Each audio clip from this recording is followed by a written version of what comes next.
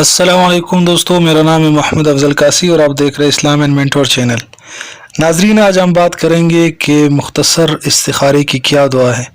بعض اوقات انسان کو استخارہ کرنا ہوتا ہے لیکن اس کے پاس وقت کم ہوتا ہے، ابھی لازمی نہیں ہے کہ وہ 2 رکعت نفل پڑھ لے، پھر دعا پڑھے استخارہ کی، پھر سو جائے، پھر خواب دیکھے۔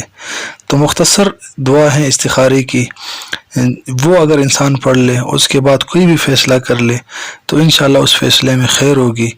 تو وہ دعا یہ ہے، اللہم اختر لی واختر لی، اللہم اختر لی واختر لی۔